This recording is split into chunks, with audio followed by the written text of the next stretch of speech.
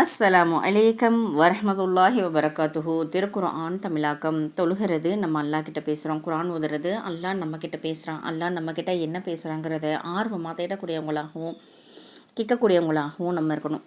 இந்த குர்ஆனை கொண்டு போய் எல்லார்கிட்டையும் சேர்க்கணும், எல்லாரும் கேட்கணுங்கிறது தான் என்னுடைய ஆசை. எல்லாம் வெற்றியாக்கி தருவனாக. வாங்க குர்ஆனுக்குள்ளே போகலாம். அவுது பில்லாஹி மினஷ் ஷைத்தானிர் ரஜீம். பிஸ்மில்லாஹிர் ரஹ்மானிர் ரஹீம். சூரா அது 13 பாகம் 13 வசனம் 27. இன்னும் அவர் மீது அவருடைய இரட்சகனிடமிருந்து ஒரு அத்தாட்சி இறக்கி வைக்கப்பட வேண்டாமா என்று உம்மை பற்றி நிராகரித்து விட்டார்களே அவர்கள் கூறுகின்றனர். அதற்கு நபியே, நீர் கூறுவீராக, நிச்சயமாக அல்லாஹ் அவன் தண்டிக்க நாடியவரை தவறான வழியில் விட்டுவிடுகின்றான். மேலும் தௌபா செய்து அவன்பால் திரும்பி வருபவரை நேர்வழியில் செலுத்துகின்றான். 28. இத்தகுதிக்குறையோர் எத்தகையோர் என்றால் அவர்கள் மெய்யாகவே விசுவாசம் கொண்டார்கள். இன்னும் அல்லாஹ்வை நினைவு கூறுவது கொண்டு அவர்களுடைய இதயங்கள் அமைதி பெறுகின்றனர். ஏனென்றால் அல்லாஹ்வை நினைவு கூறுவதால் இதயங்கள் நிச்சயமாக அமைதி பெறும் என்பதை அறிந்து கொள்வீர்களாக.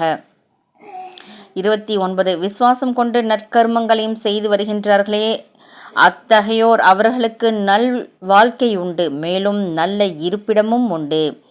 30. நபியே, தூதர்கள் பலரை அனுப்பிய அவ்வாறே உம்மையும் நாம் நம் தூதராக ஒரு கூட்டத்தாரிடம் அனுப்பி வைத்தோம். இதற்கு முன்னரும் இவர்களில் பல சமுதாயங்கள் திட்டமாக சென்றிருக்கின்றனர். ஆகவே நாம் உமக்கு வஹி மூலம்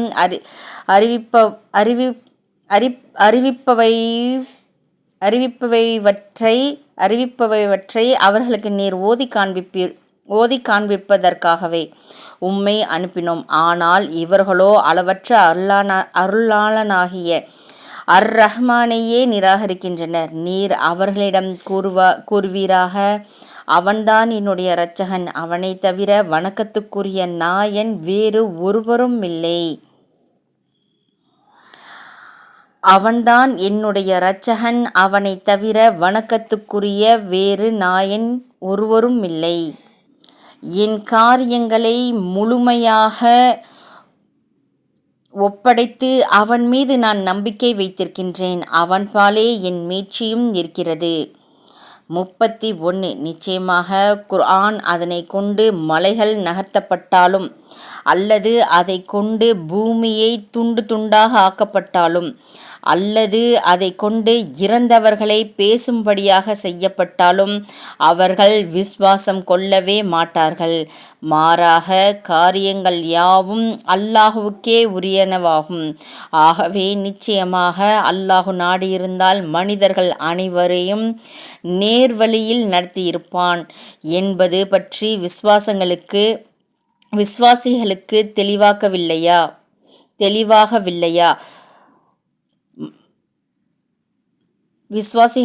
தெளிவாகவில்லையா? நிராகரிப்போரே, அவர்கள் செய்திட்ட தீயவற்றின் காரணமாக அவர்கள் திடுக்கிடக்கூடிய யாதும் ஒரு சம்பவம் அவர்களை வந்தடைந்து கொண்டே இருக்கும்.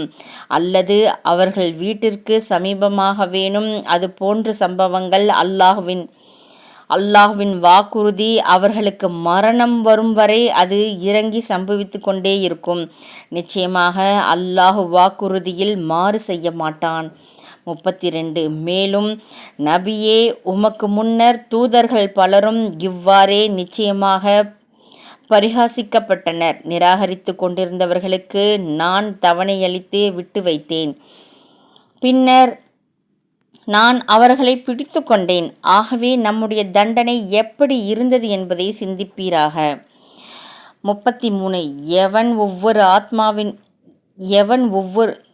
ஒவ்வொரு ஆத்மாவின் மீதும் அது சம்பாதித்தவற்றிற்கு பொறுப்பேற்று நிற்கின்றானோ அவனா அவர்களின் விக்கிரங்களே போன்றாவான்.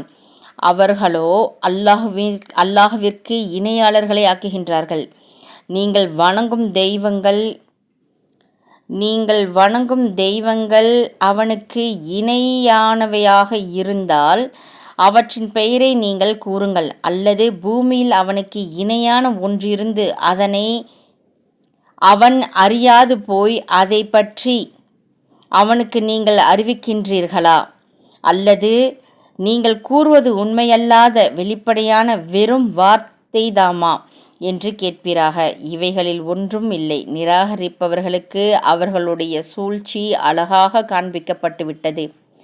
ஆகவே நேரான வழியிலிருந்து அவர்கள் தடுக்கப்பட்டும் விட்டனர். இன்னும் எவரை அல்லாஹு தவறான வழியில் விட்டுவிட்டானோ அவரை நேர்வழியில் செலுத்தக்கூடியவர் ஒருவரும் இல்லை.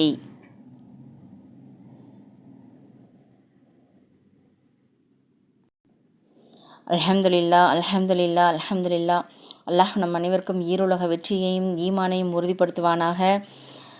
நம் அனைவருக்கும் நம் பிள்ளைகளுக்கும் ஈருலக கல்வியையும் லேசான முறையில் தந்தருள்வானாக. சொர்க்கத்தை வாஜிபாக்கி நரகத்தை ஹராமாக்கி ஹஜ்ஜை நசீபாக்கி வைப்பானாக. யாரெல்லாம் நோயால் அவதிப்படுகிறார்களோ அவர்கள் நோயெல்லாம் சிஃபாவாக்கி அனைத்து நலவுகளையும் லேசான முறையில் தந்தருள்வானாக. எல்லா முழு பாலஸ்தீனத்தையும் வெற்றியாக்கி எங்களுக்கு பைத்துல் முகத்தஸை எங்களிடம் மீட்டு கொடுத்துரு. யா அல்லாஹ் அநியாயக்கார சமூகத்தாருக்கு எங்களை சோதனைக்கு உள்ளாக்கி விடையாத. யா அல்லாஹ் அநியாயக்கார சமூகத்தாரிடமிருந்து எங்களை பாதுகாத்துரு. யா அல்லாஹ் உன்னுடைய உதவி எங்களுக்கு கூடவே இருக்கு. அல்லாஹ் உன்னுடைய உதவியை எங்களுக்கு எங்கள் கூடவே உன்னுடைய உதவியை லேசான முறையில் எங்களுக்கு வெளிப்படுத்தி விடு ரஹ்மானே. அனைத்து நலவுகளையும் லேசான முறையில் தந்தருள். யா அல்லாஹ் இந்த சிறிது ரசூலை கரீம் ஸல்லல்லாஹு அலைஹி வஸல்லம் அவர்கள் பொருட்டால் அங்கே எடுத்துக்கொள். யா அல்லாஹ்.